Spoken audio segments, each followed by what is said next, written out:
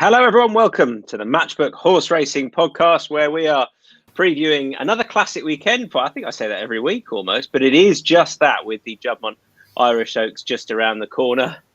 A competitive renewal we've got this year, but we've got a star on show, which is good. And we've got a star on the podcast as well. Who am I going to pick? I'll go with Donn McClean is on the pod with us. Nice to have you back. You going to be there on Saturday, Donn? Yeah, there's Saturday. Yeah, should be a good day, Tom.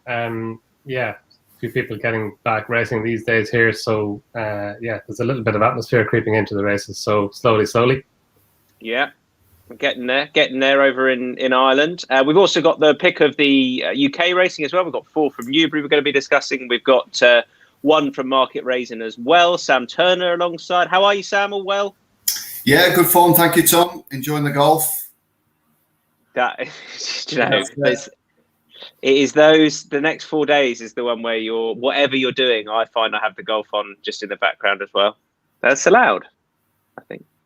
Absolutely. Although not now, I'm focused solely on this podcast, of course. Yeah, and Steve Jones.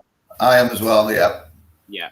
For pod listeners, Sam is not looking over the top of his laptop, I promise. And Steve Jones is back as well after last week. So, Steve, if it was just you and I on the pod last week, there was a soundtrack to go to our efforts last week. What would it be, do you think? Someone Peter Punt suggested Dire Straits, I'm sure, but I'm saying just the two of us or something romantic by Elaine Page and Barbara Dixon. Yeah, fair enough. I think Dire Straits is far more accurate. Yeah, Road to Nowhere. We often sing about and shout about when we have a really good week on the pod. So it's only right that we hold our hands up and say we only found one winner last week, which was Steve Jones's shout, but we weren't. Yeah, Lacoste representing is Steve as he taps his badge. But it was disappointing. But look, that's the way it goes. And thankfully, Steve and I got 2 experts with us this week, so we'll do a little bit better. In the form of winners for the Irish Oaks. But we'll get there because I need to tell you about the least we know that, but there's still plenty of sports to get your teeth stuck into. And the Matchbook offer is going to be going. I'll just tell you. It's going well, this Dees. Well done. So if you're listening on the pod, when I brought up the Matchbook offer, it was just Donn McClean's face, which to be honest, I think is a better offer than anything we've ever offered you, and you'd struggle to turn that down. But new customers only get 0% commission on all sports for 30 days. You need to use the bonus code INSIGHTS, 0% commission on all sports for 30 days. That is for new customers only, and you can use it on all the sports you like. The Open, which is ongoing, included. You'll be getting best odds pretty much guaranteed, you would imagine, given that you'll be paying 0% commission. You'll likely get better odds on the Matchbook exchange anyway. And we'll also throw in a signed picture of Donn McClean.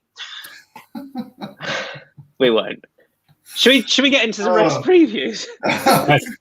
Crack on. So the Irish Oaks.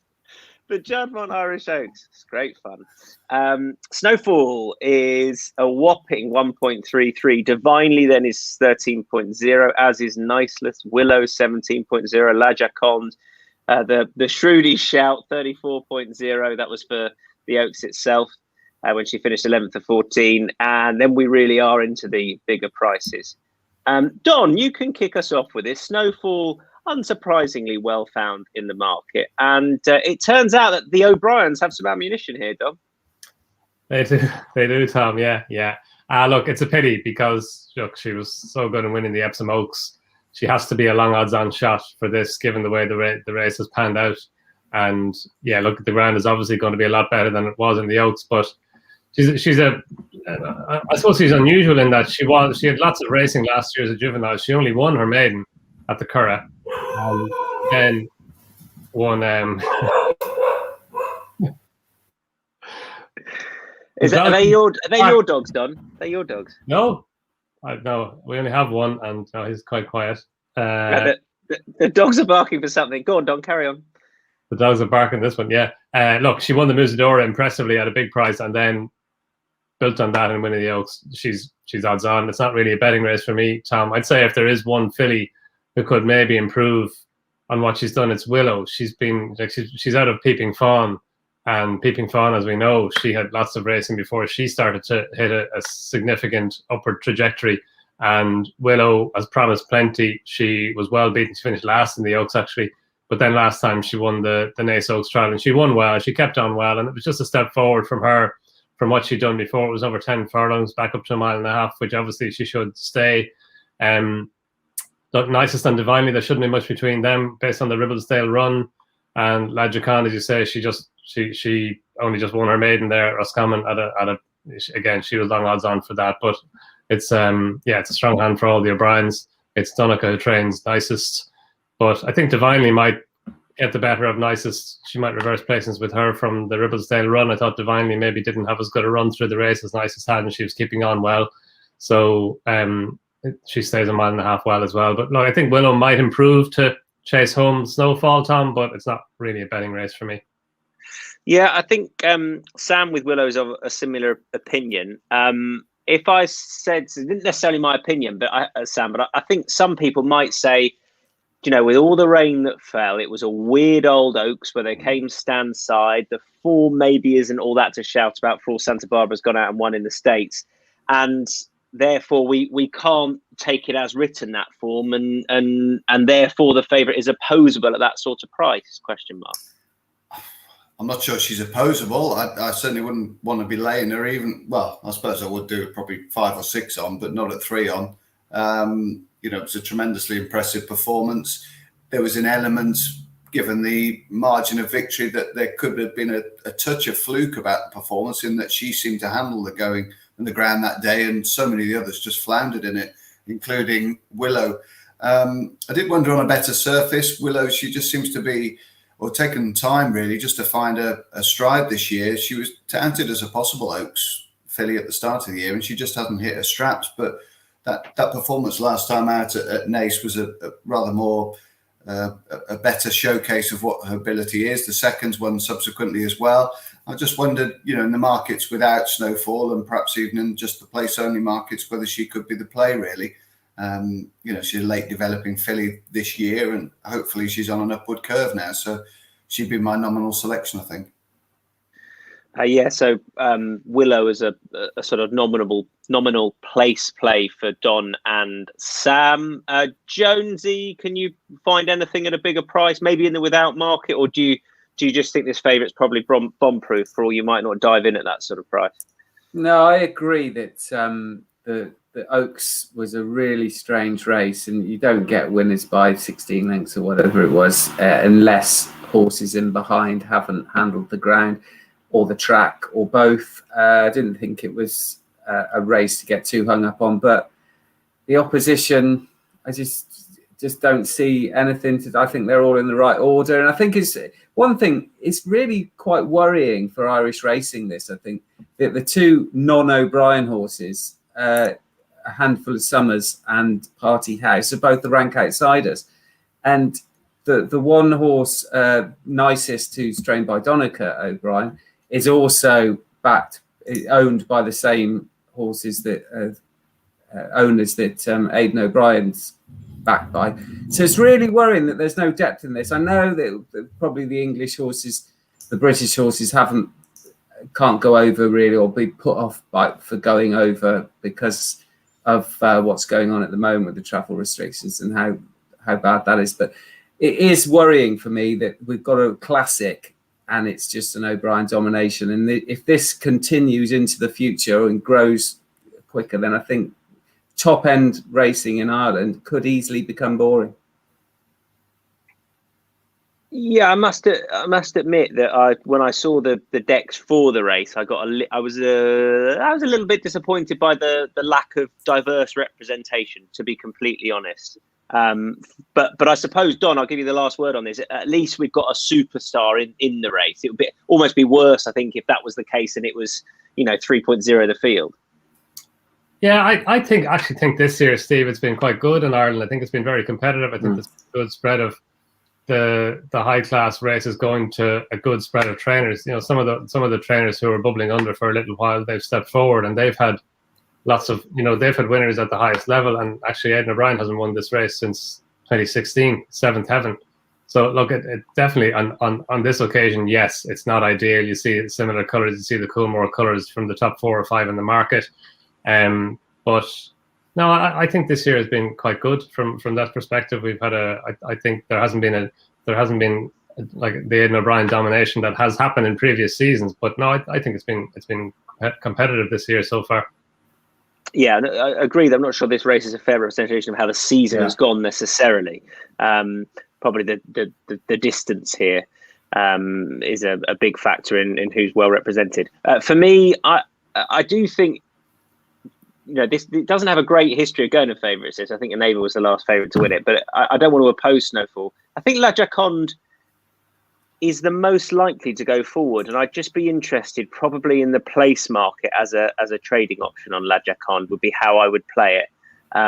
You might just have to have a small. No, I'd just play the place market. La Joconde with hopefully the dead 8 turn up, and I'd be looking to probably trade in that place market because I think she's going to be up in the van. And Emmett McNamara's done it before, so you never know.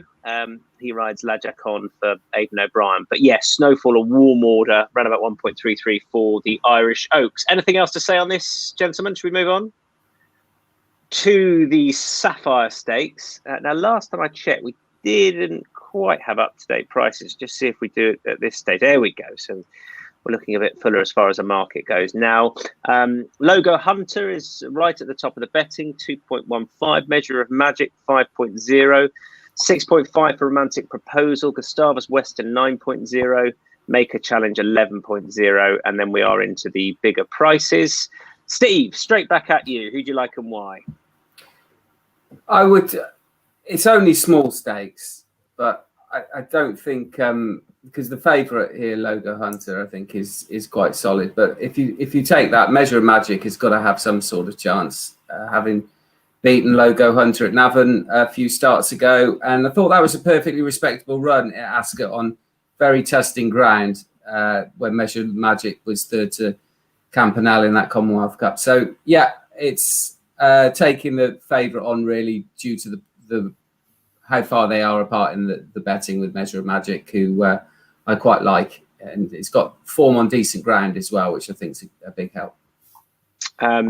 Yeah, Peter, who's back with us, agrees there. Logo Hunter is a warm enough order, I thought, towards the top of this betting. I definitely want to be playing elsewhere, but I'll let Dom make a case for the horse I fancy, because I'm sure he'll make a far more coherent one. Unlikely, I'd say, Tom. Yeah, I like Romantic Proposal. I've liked her for quite some time. She was a 7 furlong horse a couple of seasons ago, but as is typical of an Eddie Lynham horse, she's come back in distance, and she seems to have improved for coming back in distance. Like, her win the last day was really quite phenomenal. She just Chris Hayes hadn't ridden her before, and she's a filly who just likes to be ridden cold and come through with her run. And it looked actually going to the 2 furlong marker like she wasn't going to get a run. There was a wall of horse in front of her, but Chris Hayes sat and allowed it to open up. And when it opened up, she quickened really impressively through it. And she's just a filly who keeps on improving for racing. And like, back down now to 5 furlongs, it's a she's run over 5 furlongs before. Actually, Logo Hunter beat her at Naas over 5 furlongs on her first run this season. But I think even her last 2 runs, she's stepped forward again. I think she's probably a better filly now than she was even at the start of the season, and she's improving for as the tests, or as the emphasis in her races on speed tends to increase. So look, it's a fascinating race. Logo Hunter, he's unbelievable. For Michael Brown, they bought him for $5,000, and what is it? He just keeps on getting better. Like his win at Naas in that listed race was a really, really impressive win, and he stepped forward again and won a Cork last time. This is a step up in grade for him, but he deserves to be favourite, and he's been really well handled by Michael Brown. Then Measure of Magic, I had her down as a 5 furlong filly last year. Then this season, her first 2 runs over 5.5 furlongs, both of them, one at Cork and one at Navan, she saw it out really well. And Johnny Murtagh said after the Cork race that he was going to go for the Commonwealth Cup, which is obviously a stiff 6 at Ascot on heavy ground, as it turned out, and she ran really well there. So I think back to 5 might suit her. She's a filly who's got lots of pace. So I think between the 3 of them, like the fact that the Greenlands winner is a 7 or an 8 to 1 shot, Gustavus Weston, that tells you the quality of the race that's in it. But I think at the prices, Romantic Proposal. She's kind of third favourite behind Logo Hunter and Measure of Magic, and I think she might be just still a wee bit underrated. I've got very little to add to that. I've probably been sucked in by being such an Eddie Lynham fan and the fact that he seems to have another potentially top-class sprinter on his hands. I know it was only a listed win last time, but I like the way she does it as well. I hope they go hard enough here. I'd be more concerned in a way about the running of the race rather than the drop to 5. I just think whatever happens, she wants a good old pace to aim at. I'd say make a challenge. We'll go forward early. Yeah, I'd say that there should be a pace. 5 furlongs at the Curragh, they normally do go fast enough. Yeah. I mean, Logo Hunter's not going to be far away either, is he? Yeah, it's probably just Yeah. So I hope they do that, but I just think, I thought that Logo Hunter was short enough, and I'd rather take the 6.5 about Romantic Proposal, and with 8, I'd probably play small stakes win and place, to be perfectly honest. And you mentioned Gustavus Western there, Don, who is Sam's fancy.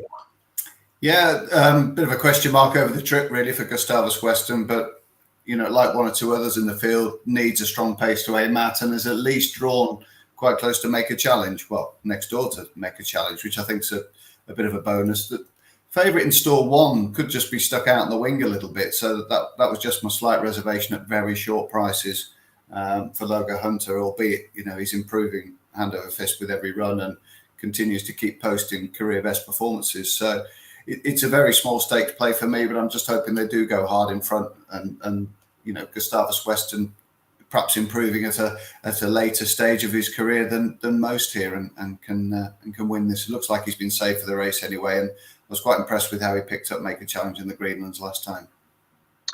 Measure of Magic, Gustavus Western, a couple of shots for Romantic Proposal in the Sapphire Stakes. Nobody going with Logo Hunter. The favourite there is a warm order towards the top of that betting. That's it for the Curragh action. We move now to Newbury. 4 races we're going to preview from Newbury, culminating in the feature there, the 22-runner Weatherby Super Sprint. We start with the 10 furlong Steventon Stakes, Bet365 Stakes officially now.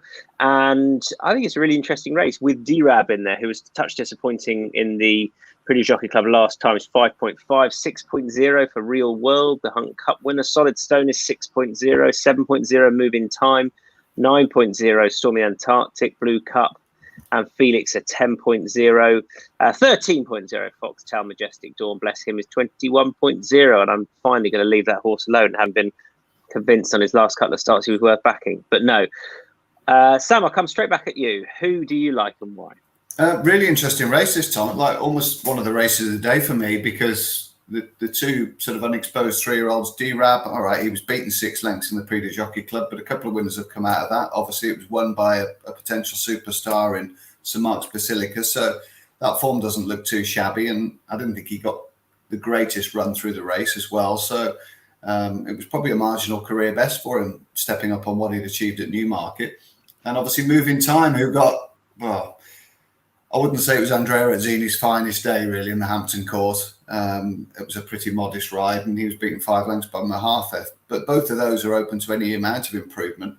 But I'm going to eschew those two in preference for Real World and hope that he can build on that Royal Hunt Cup performance. A couple of winners have come out of that race already. Tremendously impressive. It's a bit of a concern for me that it was his first run for 90-odd days, and then you're asking him to go to the well again 31 days later. But he's had a bit of time off, and hopefully the cheek pieces work again. They did in the style that they did at Ascot, and he doesn't just need that kind of setup to produce his best. Has run over a mile and a quarter a fair bit in the Middle East and also on the all-weather. So hopefully turf can bring out a bit more improvement on him, as we saw at Ascot. He's quite lightly raced. And so I've been through all sources in really good form at the moment. Marco Gianni riding with plenty of confidence. So I'll take a chance with him at about 6.0. Sam, can I just come back to you on him? Because I found he made the race all the more difficult, not just because of his win last time, but the manner of it over the other side to Astro King, where I don't know what you thought, but I did feel that there was a preference to be Stan's side. So I'm half inclined to then mark up his performance, but then I feel it was almost too good to be true, if that makes sense. So yeah. I want to leave him alone. So basically, I'm not sure how to view that run last time. I think but you're obviously quite positive about it. Well, you're in one or two camps. I mean, the speed figure was brilliant. His sectional times were brilliant as well. So I don't think it was a fluke performance. I don't think he found a brilliant strip of ground either, because I thought it was fairly even through the week. Just depends where you needed to be. I mean, his come home time was really, really strong as well. I just think he outclassed him in the Hunt Cup, to be honest. You know, obviously Hugh Taylor put him up, which was an inspirational pick, really. But I couldn't really have him going into that race. But one or two of his performance, perhaps, both at Chelmsford and in the Middle East, had suggested that he was a class horse in a handicap, and so it proved. I mean, he absolutely bolted up. So this is a different test, obviously racing around a bend, a mile and a quarter, but that's not alien to him. At least he has done that before. Just hope that, you know, he can peak again, and these set of circumstances suit him quite as well as Ascot did, dropping back to the mile on the straight track. I'll take him on with D-Rab, who I thought was really, really good when winning just a novice. I know at Newmarket, the Snow Lantern form is obviously pretty good. The La Barossa form from the previous year is obviously very good. And I didn't mind the run last time. I thought he went through the race like a very good horse in a very different type of race, a 19-runner field compared to 19-runner classic, from a poor draw as well, where he really was going to struggle from where he was. But I thought he showed enough to suggest he was worth another go at that sort of grade, albeit I know he's dropping back into a listed race here, but I think he's probably better than listed class. And I thought he might be a bit shorter than 5.5 based on the Newmarket run, and he wasn't beaten too far last time by the horse who I probably have down as the best 3-year-old colt this year. So D-Rab, but small stakes, because of Sam's point that, I mean, moving time could be anything. I'm a huge Solid Stone fan anyway, so I think it's a tough little race, but I'll just about side with the favourite. Steve? Yeah, I think D-Rab, although at the top of the market, I think could be the class act in here by quite some way. And I wasn't disappointed at Shanty. You drawn 14 of 19 at Shanty, you can't win, especially for a horse that previously D-Rab had been a bit keen before he won at Newmarket, and they made the running. That seemed to suit D-Rab, or was certainly right up there. And there's absolutely no chance of doing that from a wide draw at Shanty. If you're out there, you cannot get near the pace. And quite rightly that they decided that the only thing to do was to try and slot in somewhere, and it was further back than ideal for D-Rab. And to be beaten only 6 lengths by St Mark's Basilica, I thought was a very solid run, especially in the context of this race. And this is a race that 3-year-olds often do very well with. 3 of the last 10 winners were 3-year-olds, and that's from just 11 runners, and only 3 of those were unplaced. So it does, as you would see, the weights, the weight for age scale, I think at this time of year does kind of favour the improving 3-year-olds, and I think that's D-Rab. And like you say, Tom, if you go back through all D-Rab's form, only the 4 runs, obviously, La Barossa, second on debut when La Barossa was better positioned, and that one went on to finish runner-up in the Craven. Snow Lantern, we all saw what she did last week, and D-Rab was runner-up at Newbury earlier in the season when a bit keen on his return to action. And I think this is probably going to be his trip, and he's obviously going to attract a lot of attention because he is a half brother to Enable. So the pedigree's there, the form's there. I think he's very, very solid. He is towards the top of the market, but I expect him to win, definitely. And Don? Yeah, look, I think it's a very interesting race. It's a trappy race, though, because it's hard to know what to do with a couple of those towards the head of the market. Like D-Rab, as you've all covered, he could be very good. He's very unexposed. Real World, he cut loose in the Royal Hunt Cup. Just one little worry about him is that was his first run on turf, and Ascot straight track can mirror, as we know, the I guess characteristics of all weather. So I'd just like to see Real World doing it again on turf that isn't the straight track at Ascot. I think Solid Stone is the most solid. I thought his run at Ascot the last day was good behind Juan Elcano in the Wolverton Stakes. That was over 10 furlongs. He's probably known better as a miler, but he stays a mile well, and really on breeding he should be a 10 furlong horse at least. He's by Shammerdal, and he's a half sister or a half brother to a filly who finished second in a Ribblesdale. So he should get 10 furlongs. They're giving the ground as good to soft currently at Newbury on Saturday. If that's the case, I think that will suit him. The fast ground at Ascot probably wasn't ideal. He's probably at his best with a wee bit of cut in the ground, as it was at Windsor when he won a listed race on his penultimate run. He came up the near side that day, and Stormy Antarctic, who reopposes on Saturday, he went far side along with everything else. But I think he was probably, it's hard to know if he benefited from that or if it was a disadvantage to him, but he was probably the best horse in the race anyway. I just think his back form is very good. I think there's still more to come from him over 10 furlongs. He's, again, Sir Michael Stout, progressive, older horse. And I think that he's the highest rated horse in the race anyway, and there could be a wee bit more to come from him. So I think he's the most solid. Yeah, that is solid stone for Don. We move on to the 225 Bahrain Turf Series Handicap.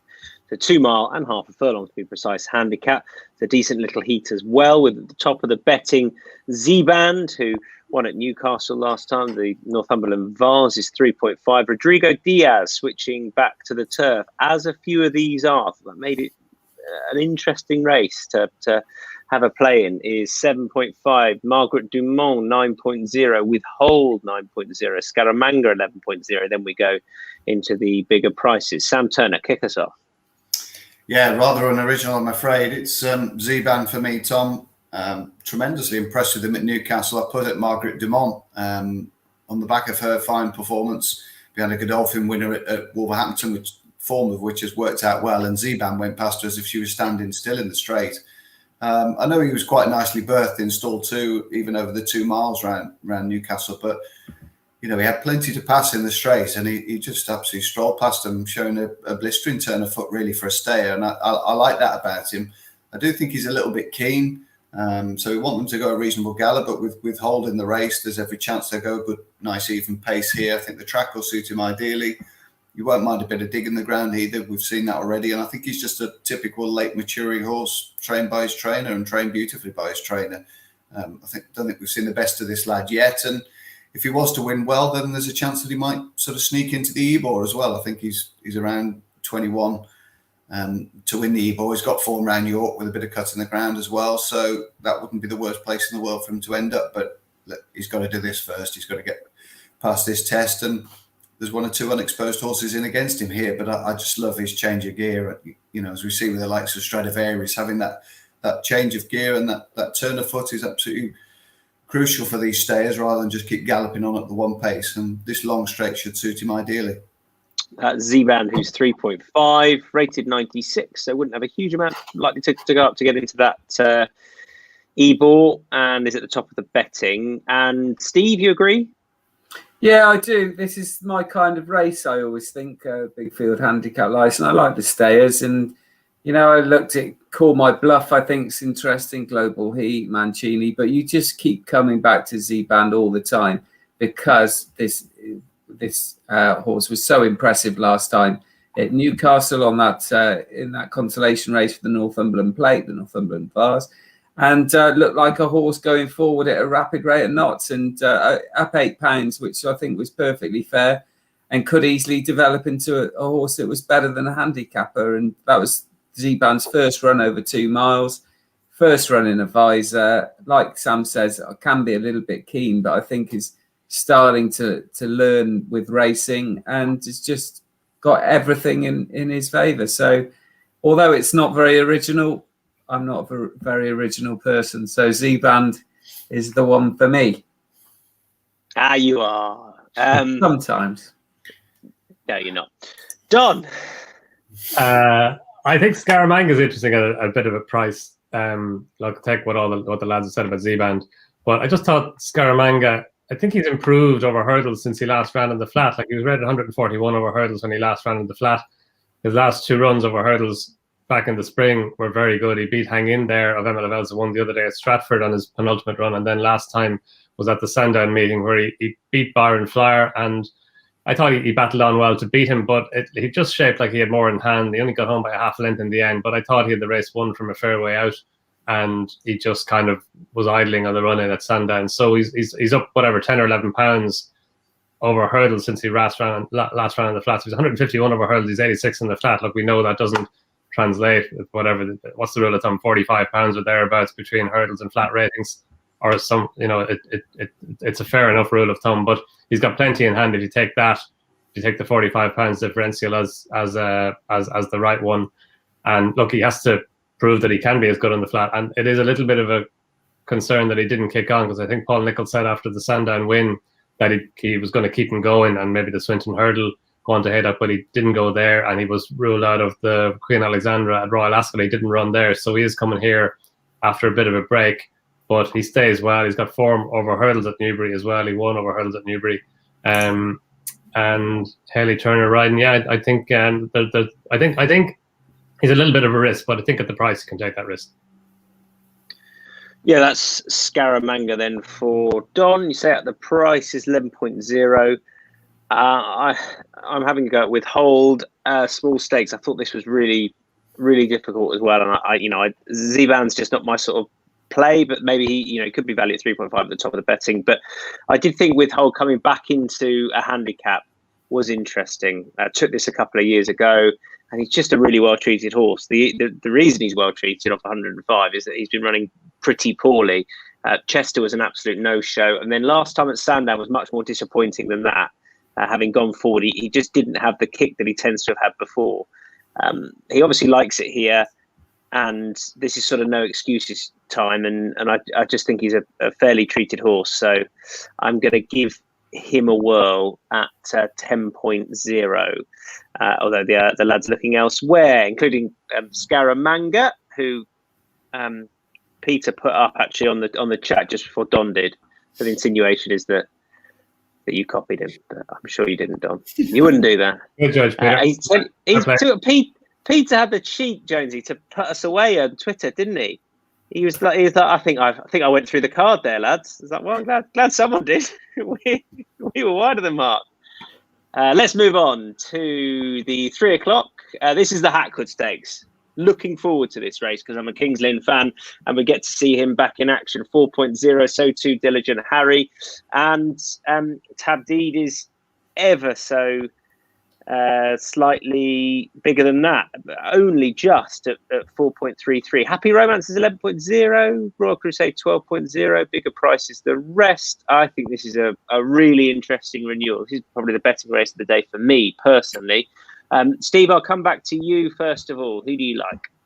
I like Diligent Harry, and I liked Diligent Harry in the Commonwealth Cup, but the soft ground there meant that Clive Cox withdrew Diligent Harry. It would have been a bit unfair, I think, to have a first run on turf on awful ground at Ascot. So Diligent Harry comes here instead, having run at Newcastle, went third in the chip chase, and I thought that was a pretty solid effort against far more experienced horses. And you go back to Diligent Harry's form earlier in the season, and this horse only made its debut in January, and its 5 runs have been on the all-weather. So it's a horse going places quite quickly. And the second to Rohan, it's won 3 times on the all-weather, and the first defeat came when beaten a short head by Rohan at Lingfield.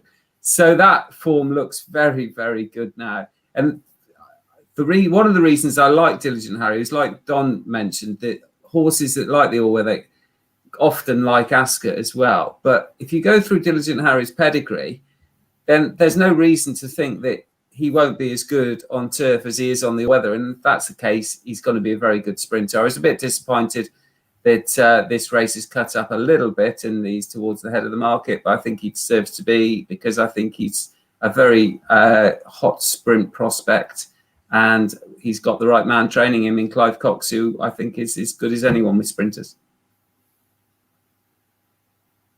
He certainly is. He's been flying along. I had a bit on Diligent Harry last time, couldn't quite get there. Sam, who do you like? I think we agree. Yeah, I think with Diligent Harry, he looks one of the only pace angles in the race as well. So if Adam can get the fractions right up front, he could be a difficult horse to get past. I do like Kingsley, and I don't think we've seen the best of him yet. perhaps keep saying that all the way through the season, to be honest. But, he made the running here over 5 when Came From the Dark came and beat him, and Garris was in the race. That wasn't a bad run. They went to Chester, got beaten over 5. Haydock, he beat Moss Gill, which, in effect, most sprinters at that level probably do beat Moss Gill. He ran really well in the King's Stand, didn't get the run up the rail. It was a bit of a shocker. And then he found trouble in running again in the Wokingham. So he is proving a little bit of an expensive horse to follow. But I think this race should set up quite nicely for him. He's in close proximity to Diligent Harry. I think a nice easy 6 is fine as well. Bit of dig in the ground if there is still some juice at Newbury. I don't think there's too many excuses for him here. Hopefully, Machine can get him settled and switched off, and he can just be produced late. Yeah, that's exactly how I feel. I think this is sort of not last chance saloon, but certainly with regards to me backing him at that sort of price at 4.0. I remember an interview with Andrew Balding right at the start of the season where he felt this horse could be the real deal. I mean, there's no disgrace in the King's Stand, and like you said, it didn't quite work out last time in the Wokingham. A few days later, when he ran an excellent race.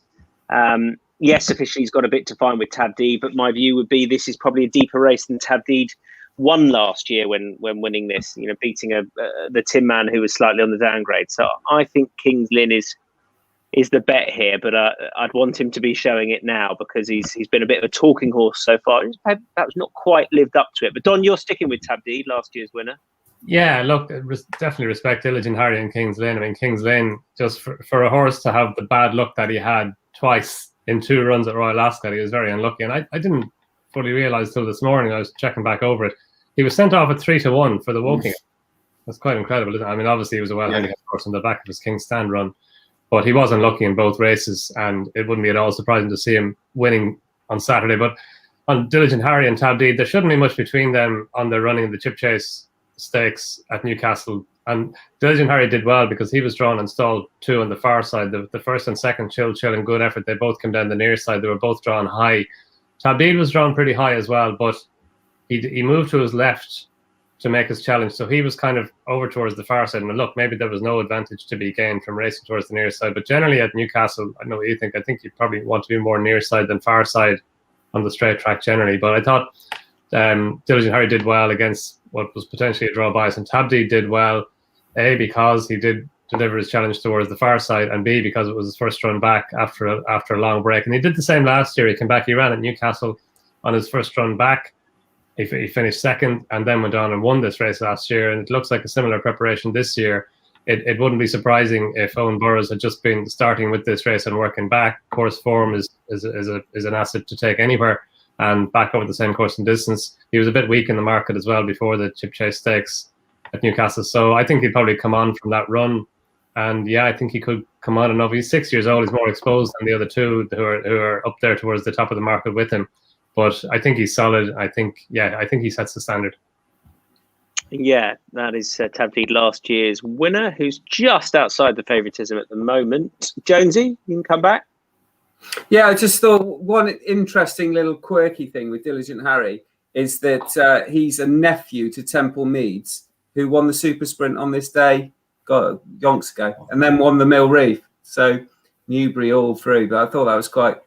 obviously, it makes no difference that Diligent Harry's chance, but interesting little fact, I thought, anyway. And one that I won't steal on Saturday afternoon. You enjoyed that, Sam, didn't you? You loved those little... did. I wonder why Jones is on this every week, and now I know the reason. It's not just for his sportswear. Or his winners. Superlative Stakes last week. 11-4, nap selection. Wasn't it? Yeah. Thanks for the fractions there. Good stuff. we always love that on the Matchbook Betting Exchange podcast. I can't work it out. It's 3.75. Rap fans. You're on fire, Stanley, today. You've even got your hair all slick. You fresh out the shower. Right. Anyway, let's kick on to the Super Sprint, the Weatherby Super Sprint. Goodness me. This is, well, look, it's not as open as we sometimes get because we've got Chipotle at the top of the betting at 3.0. Vintage Clarets is 3.5 for Richard Fahey, who's won it so many times of late. Richard Hannon, Gubbus, 7.0. He's got plenty in this year. He's got a good record. Delmona 13.0, bigger prices the rest. So Team Chipotle stepped forward first of all, led by Donn. Yeah, look, it's a it's a bit of an anomaly, this race, isn't it? Because you have horses rated much higher than other horses carrying the same weights as them. And look, you can see the point of it. It's a very valuable prize as a sales race. But yeah, it's very hard to argue with Chipotle and Vintage Claret's at the top of the market. Chipotle, he raced on the far side as well in the Windsor Castle at Royal Ascot, and that was Royal Hunt Cup Day. So it seemed to be the only day where they weren't at a disadvantage over on the far side. Then, you know, the rains came after that, and it was soft ground from then on. But I thought at the time I thought he did well to win on the far side, but actually he was chased on by a few horses on the far side as well. So maybe it wasn't a negative to be on the far side. But look, he did well. That was his third win from 4 runs. His only disappointing run was the only time I backed him in the National Stakes at Sandown on soft ground. So he didn't handle that. So back on better ground at Newbury, yeah, look, he's the one they have to beat. Vintage Claret's ran very, very well as well at Royal Ascot in the Coventry Stakes. To finish third, he was on towards the near side. Yeah, look, it's between the two of them. It's hard to on ratings or on the weights they have to carry. It's very hard to see that one of them won't win it. That said, I did think that this was a good race for favourites, but going back down through the results, it's actually not. Happy Romance won it last year as favourite, but actually there have been a few shocks down through the years. But I do think it's hard to argue with the top two in the market this time. Yeah, I take that point, and you know, I think that's half the reason I'm looking at a bigger price. But then you look at, say, a Tiggy Wiggy who went off at 3.5 to win this, and you look back and think, how did she go off at that sort of price? She was a certainty, but is that how you see, not necessarily as a certainty, but as very much comfortably the best horse in this race, Sam, Chipotle? Yeah, I think Chipotle is. You know, when you analyse his performance at Ascot, yeah, okay, the far side wasn't inconvenienced that day, but the early pace of the race where Ruthin went something like sub 24.3 for the first 2 furlongs, and Booney on the far side, the side that Chipotle was on, went 25.3, so it was nearly a second slower for the first 2 furlongs, suggested that the pace to the near side was much fiercer and more honest than the far side. So Chipotle was slowly away. Okay, that then gave him the chance to catch up. But then to do 34 and change for the last 3 furlongs, which was miles the best on the day, with a good overall time as well, really, really top-class overall time for juveniles, to win going away as well by a couple of lengths and put good margin. I mean, that screams a really, really good quality juvenile sprinter, one of the better juvenile sprinters in that category that I've seen for a while, to be honest. I thought that was an astonishing performance. The only slight misgiving is that it's 3 victories, 2 have come at Ascot and 1 have come at Doncaster. Now, that they're tracks that, you know, traditionally are quite similar in some respects with the sand base perhaps, and they suit all weather type horses. His one disappointment came on quite soft ground at Sandown. Now, you know, you take that as the exception perhaps and forgive him that performance, and the drying ground at Newbury the next two days should suit him ideally. If he's not inconvenienced by stall 20, and there's no real reason why he should be, you know, I do think he's a very, very obvious winner of this race at around 2 to 1. I think his quality and his form is better than that of Vintage Claret's. I'm not convinced the Coventry is working out as a great race. I think Chipotle's Ascot race, at least, I think, has thrown a winner or 2. So just looking at the figures and drilling down into those, he's by far the best 2-year-old in this race, and I'd have to back him accordingly. Yeah, fair enough. He is towards the top of the betting, but for good reason, according to Don and Sam. And Steve? Well, I agree. I think Vintage Claret's and Chipotle have got the best form. There's no doubt about that. But I don't really want to be backing them in a race like this. And although there is a lot of dead wood in there, I'd rather chance my arm with a few bigger prices, win and place. The first is Gilded. And as Sam touched on, I thought in the race that Chipotle, the Windsor Castle at Royal Ascot, I thought they went very hard on the near side. And Gilded was not far off that pace and still managed to finish 8th, and I think was 4th or 5th on the near side, only beaten 3 lengths on the near side. So I thought that was a creditable effort. And although Gilded hadn't shown great form before that, it was all on soft ground. And even when he was runner-up at Beverley, it was on very soft ground. And I think now she's on fast ground. Now she's doesn't have to go that quick on that side. My one concern with her is that she's drawn 2, and I'm not sure that's ideal. I think the last horse to win this from a single figure stall was 10 years ago.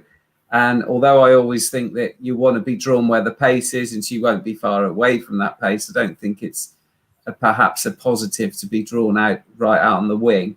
But I think she's certainly got the ability to hit the frame at a nice price. I think she's around 17 or something like that. And the other one I like is Sienna Bonny, trained by Johnny Portman, who won this a few years ago. And this filly won very impressively at Bath way back in May. And although that wasn't a great race, I think what she's done since makes her interesting at around 21, something like that. She ran very well in a York listed race when she was midfield. And then last time, again behind Canonized, she was only beaten 3/4 of length, and Canonized sort of squeezed through and gave her a nudge in the closing stages, and she still ran really well there. She's got a lot of speed, this filly, and she's only got, because the weights are not on ability, they're on sales price. She was cheap as chips. She's only got 8 stone 1 with Holly Doyle in the saddle, so I think she's interesting at 21. And stall 13, she'll be up with the pace again and go through. She might not quite be good enough, but I think she won't be far away. I like her a lot. Let me confirm some prices for you then. Yeah, 17.0, as you said, for your first shout, and 21.0 for the next to them. So that was Gilded and Sienna Bonny, 17.0, 21.0. I am hoping that this is another year of, say, a Ginger Nut, a bigger priced horse trained by Richard Hammond, who wins this. He had a horse who was half that price who didn't feature that year. I take the point that he's also won it with Happy Romance and and Tiggy Wiggy, who are right towards the top of the betting. But I just hope it's another outsider. And I do think I'll be playing mostly in the place market, a little bit in the win market. But I thought Desert was interesting. She comes out of 1. Now, that may not be a good thing, but sometimes you do see here that the race can just develop far side, and that's where you want to be. I know Dom was saying the other way, and it can be that way, but I'm always hoping that picking a side will suit.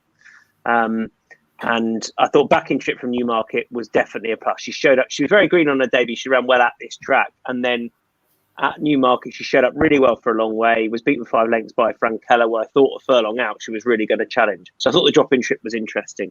She's a massive price. She's 51.0. She'll probably be bigger on the day, but I'll be playing mainly in the place market, and I hope she happens to be the right side. But it wouldn't be a hugely confident shout because I'm too much of a chicken to back the favourite, which I think will almost certainly win. So there you go. Not as brave as Don and Sam, certainly. Let's move on to the final race we're going to be doing. This is the Summer Plate, the 250 at Market Rasen. Could have done a few more races from Rasen, but this is the feature of them. And we're over 2 mile, 5.5 furlongs for this contest. Got a nice big field for it. A field of 16 going to post. And at the top of the betting, Captain Tomcat, I'm sure we put up on this pod before, is 5.5. Solomon Gray is a 7.5 shot. Darling Multi 9.0. Frankie de Burley 11.0. Faraway is 12.0. We've got some bigger prices off the back of that. Don, I'll come back to you first. Yeah, I think there's going to be a fair pace on here, Tom. There are plenty of front runners and a couple of those towards the top of the market, like Captain Tomcat. He was a good hurdler last season. He won at the Cheltenham October meeting, and he ran well at the Cheltenham November meeting, but over hurdles. But since he's gone over fences now, his last 3 runs this summer have been over fences, and he's just gone out in front and made all in all 3 of them. So he's rated a lot higher already over fences than he is over hurdles. He's 15 pounds higher over fences, but you know, it's hard to argue with it. He is progressing. He's only 6. It looks like he is a better chaser already than he was a hurdler. And yeah, he's going to be interesting. You think he's going to get out in front. Sam Tristan Davis has ridden him to victory in all his 3 chases. He's back on board, so he's the right favourite. But I think Darling Malte is interesting against him. Darling Malte was again progressive towards the end of last season. He didn't race during the winter. He was off for obviously I'm sure for the winter ground, but his run, he was only just beaten by Senior Citizen at Newton Abbot, and Senior Citizen's a very good horse of Alan King's. I think he finished 3rd in the Topham, or maybe third or 4th in the Topham, and then Darling Malta, his first run back after a break and after wind surgery. It was only a 4-horse race and only 3 of them finished, but he kept on well to beat Pilbara. That was his first run for Susie Smith since he joined from Emmett Mullins, and Pilbara was a good horse for Emmett Mullins. He's got good form during the summer as well for Emmett Mullins. He won beaten far by Cavalry Master at Killarney.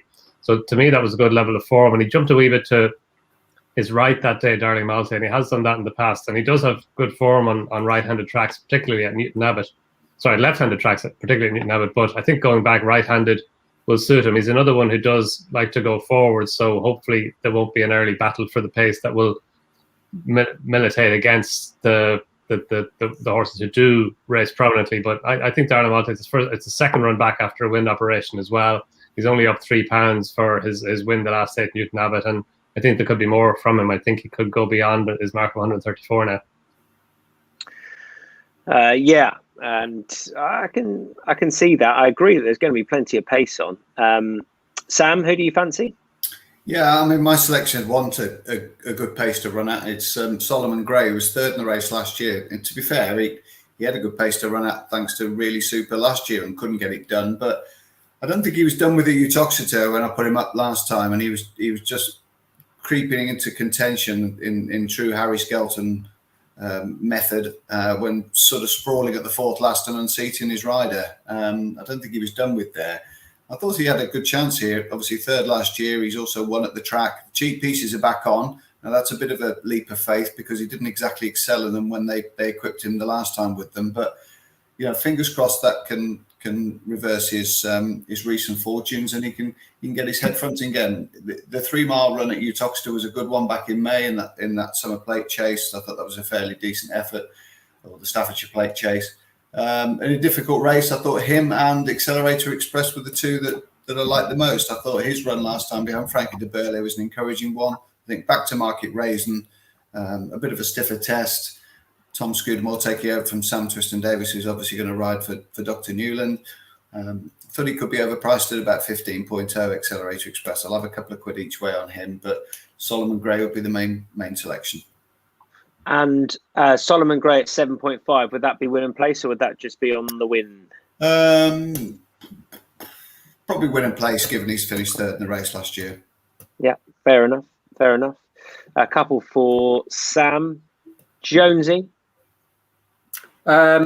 Peter Bowen's won this a stack of times. The latest was 3 years ago, I think. And Frankie de Burle is just the right type of horse for this race, I think. He won a similar race to this at Utoxeter back in May when he flew home to catch Pistol Whip, although Pistol Whip wouldn't be the heartiest of battlers. I thought Frankie de Burle was well on top that time, came charging home, likes a strong pace again, which you'd hope he'd get. He's been improving throughout the last 12 months, and he's got this will be his trip. He's got a lot going for him. He is up to a testing sort of mark, but like I say, he's still improving.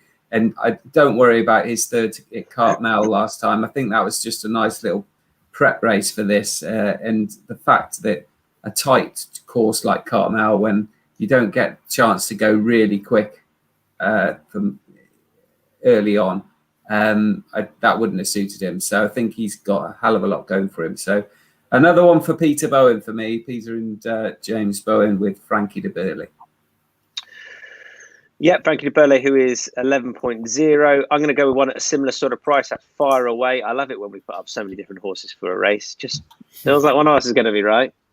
We hope. I thought Fire Away is, nice and progressive. For all, he didn't make the right headlines initially on first start for this yard. I think that was the day of the big gamble, wasn't it? Having left Dara Balks, but there you go. But it has been really progressive. Won that day off a mark of 98. It's now off 137.